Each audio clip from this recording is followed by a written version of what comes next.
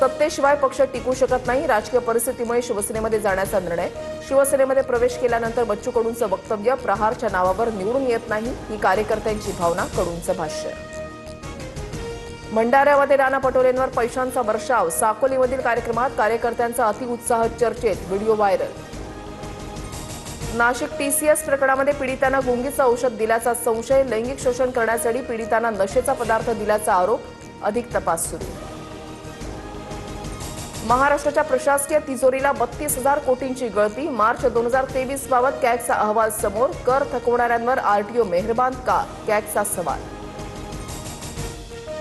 व्यावसायिक सिलेंडर दरवाढीमुळे खाद्यपदार्थांच्या किमतीमध्ये 15% वाढ होण्याची शक्यता. व्यापारी आणि उद्योग संघटनांकडून तत्काळ सिलेंडर दरवाढ मागे घेण्याची मागणी.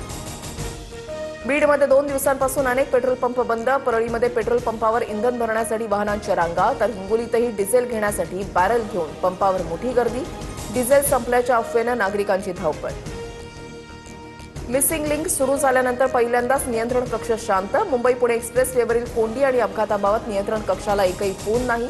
मिसिंग लिंकच्या महामार्गाला पुरेपूर फायदा.